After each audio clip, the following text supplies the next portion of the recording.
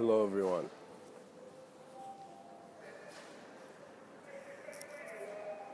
Everyone and everything is a friend of the moment. So this section will be titled, Everyone is a Friend of the Moment, and I'm going to explain as elegantly as I can what that means. Perhaps as elegant as this Christmas tree in front of me in the university that I'm in. So let me begin by saying that you are right now, as you're listening to my voice, having an experience of a moment. You're looking at yourself in a sense of, not directly, but it's like a combination of all your senses, of everything else that is aware of itself. So pretty much you're aware of yourself more than just your eyesight. You're more aware of yourself more than just your senses, which is what you begin to see as you begin pushing the senses to great limits. And when I say pushing the senses to great limits, it just means you working with yourself in a way where you're resonating with a different sense of vastness, than you had before. So what that means is that, for example, I went and, a while ago I sat down late at night, on the grass, and I tried to, just enter within, I guess, in a sense. I mean, it's not really describable, but what I want to suggest is that there are many states of being in which our self-awareness is not flowing as just the intelligence of man. And what that means is that there are times where, think about it. You look at yourself in the mirror today, you look different because you feel different. And you look tomorrow at yourself, and you feel you are the same, but you never are. You see that if you try to catch the temporal and try to stop it, you can't. You cannot stop yourself from changing. And so if everything is changing, what ideas are you associating, and what is the symbolic value of those ideas, in a sense? Now, the reason I'm saying all this is because I want you to get a background understanding of an appreciation of a moment of experience. What that means is perhaps ignore, like the surfer or the extreme skydiver who is prepared and has everything and jumps, but only know that that man is living when he has reached the peak of his ability and lets go and sees it all happen. And so you see that as we appreciate and enjoy, and when I say joy, this joy is different. I will definitely do a talk on spectrum of joy, I guess, do it Alamont style. And we look at this, guys, because it is more than just someone telling you, hey, the moment.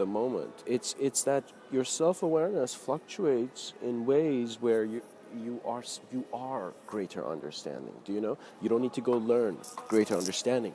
For example, it's like you're sitting in a room, you can feel your feet on the ground, but your eyes are closed. So now imagine the difference between once your eyes are open. I mean, your feet are still on the ground. You're still sitting in the same chair. It's still the same room, but you are seeing more things out of it. So we see in life, we're not here to completely change everything. We can't change our DNA and, all this stuff. There's some things we have to live with, but that's ridiculous because who is living with what you are? There's no one living with, if you're, for example, a disabled person, if you're someone who, and I don't like the word disabled. We should just say, we should just have a medical term for it. We don't need to have the word disability there, even though it may have been presented for a reason, but it's still, we do not want to create mental blocks for those who have physical blocks. What that means is when someone's physically paralyzed, do not paralyze their mind. Do not silence the enthusiasm of another being to be alive. Because once you do that, you will have taken away from your own understanding of life.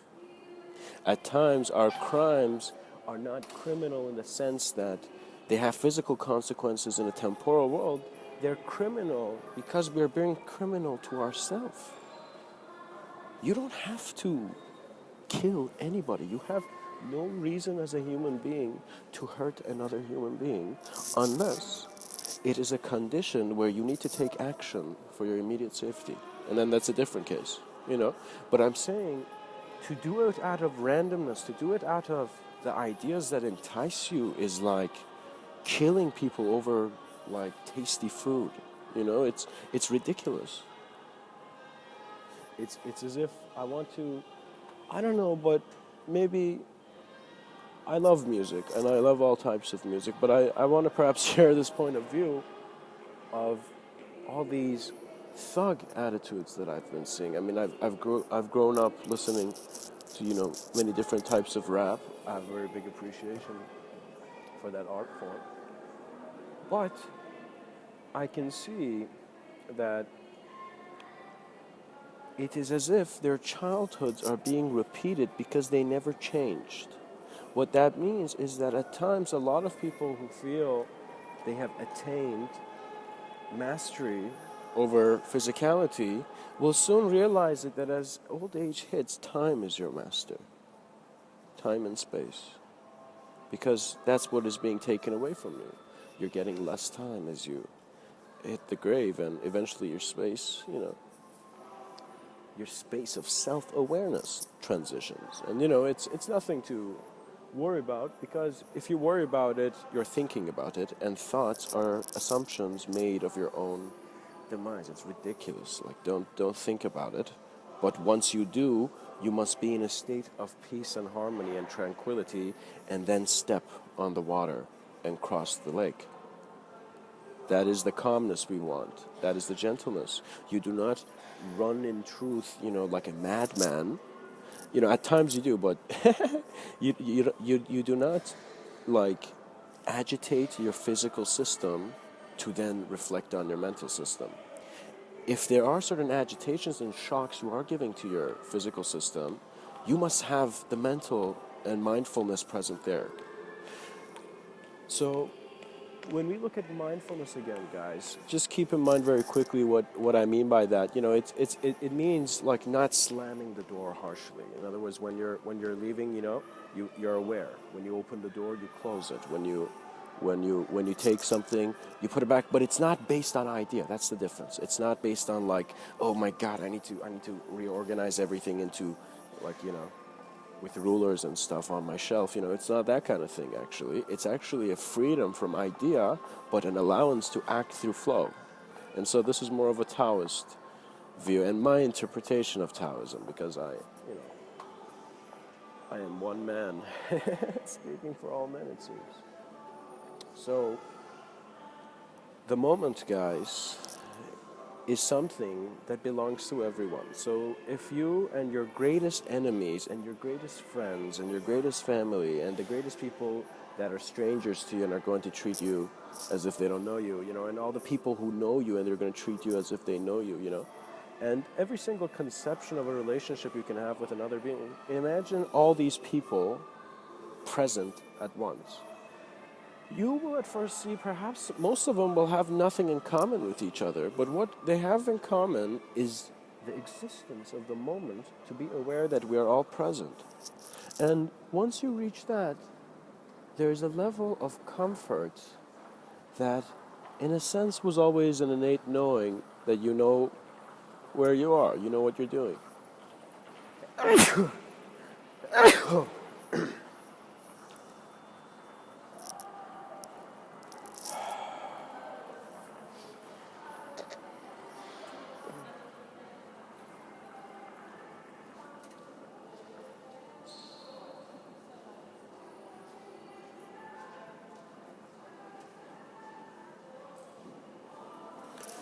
We may perhaps most immediately see that the moment is our gateway and is our stargate to consciousness, awareness. And what that means is that I'm very playfully telling you that if you like movies of the future, don't stay on them too long and align yourself with your natural intuition of what you need to look at. There are flows that direct us, but if we give them too much shape, then we're creating our own enemies by putting masks on the face of the formless. When you work with formless energy, you're actually working with greater senses of bodies that are not separate. In other words, a collective understanding. A lot of people have the fear that perhaps all this spiritual talk or all this abstract idea, and for a certain range of people, not all, that this is all criminal, not criminal, but it's wrong, that it's misguided, that is the wrong path, that is showing, it's treacherous, it's a treacherous terrain, right? And I don't understand why these people see it. And when I say treacherous terrain, I mean they see it in the sense of deception, that it could be, for example, another type of being, it could be an illusion, it could be something that is not true. You see, people have a paranoia and a fear. Not everyone, actually. Kids being born nowadays, the more newer generations don't have that much stress, And when I say stress, there's stress based on their engagement with the environment, but if they don't engage with the environment and they go based on their own flow and they have maintain some level of distance, then they're always in a tranquil state. And it's important because you don't want your emotions to fluctuate too much, because your body then weakens its own immune system, I guess, in a sense. So, as you're aware now of my voice, you share in common with every being and everything that is alive a moment of existence. And in this, you will see that once you trust your intuition, you're in a sense trusting a sense of knowing outside of shape and form.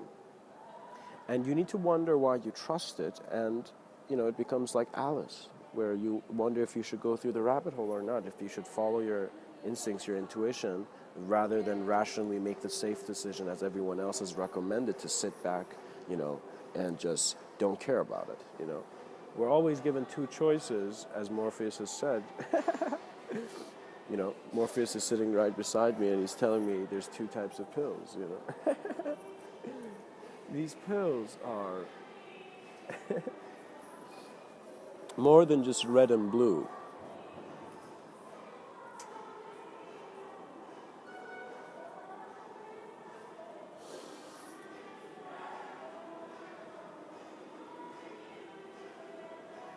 Once we are able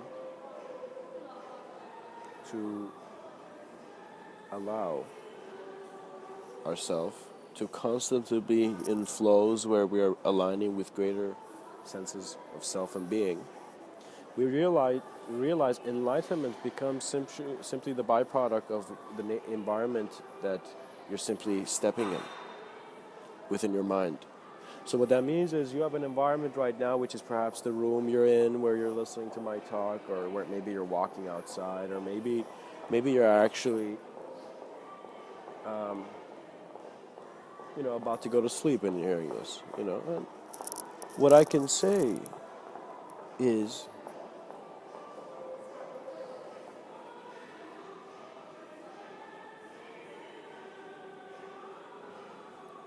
we hold a very great gift in which animals and a lot of beings don't have in the same way as the human being. And I've said this before and I will say it again. I heard somewhere that it was very nice, the fact they have stories in ancient, Indian texts or Hindu texts, and they saw that even gods would come down to consult man, in those myths. And you see, the reason was because there were some men on earth who were aligned and attuned with existence much differently than many others who are very mind and body oriented. When you do not become mind and body oriented, it doesn't mean that you're throwing that away. There are stages, guys. That's why go see any mystic, any person who presents naturally himself without himself immediately saying, as a self-aware person, you know. And you see, such an enlightenment is one where they're aware of their body, they're aware of their thoughts, and so only then you're ready to be aware of something more. And that is why they speak with a knowing that is of a more collective sense of intelligence. Reality is very playful with itself, I find.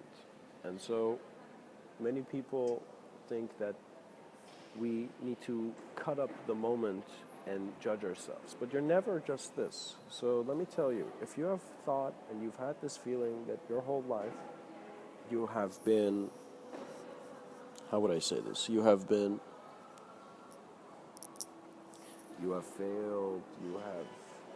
been through wreckage, or you have even succeeded, or whatever you've done. If you feel there is some judgment from yourself on yourself, and it could be even subconscious, it could just be like you feel guilty because you didn't,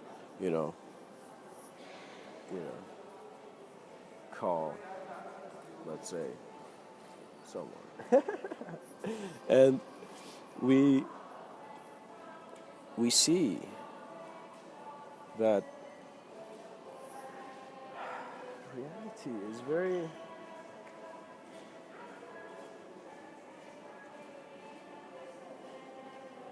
open. Once you have a state of awareness in which you are a moment of being rather than any shape or form in the moment, you have a sense of freedom to be present in a way where many others can't understand, and even you don't, because it is not one to be understood linearly.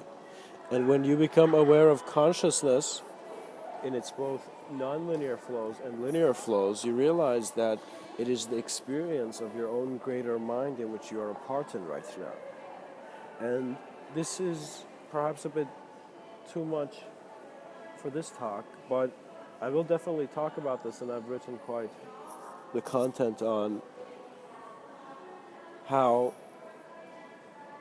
we are simply a beam present within the mind of minds, or as it has beautifully come to me, the central sun,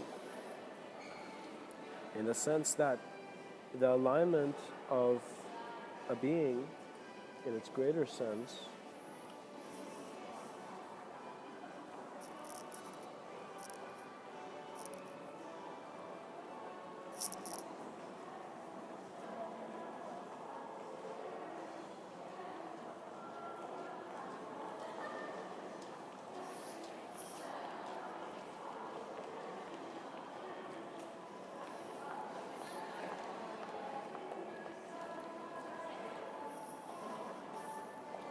one of freedom.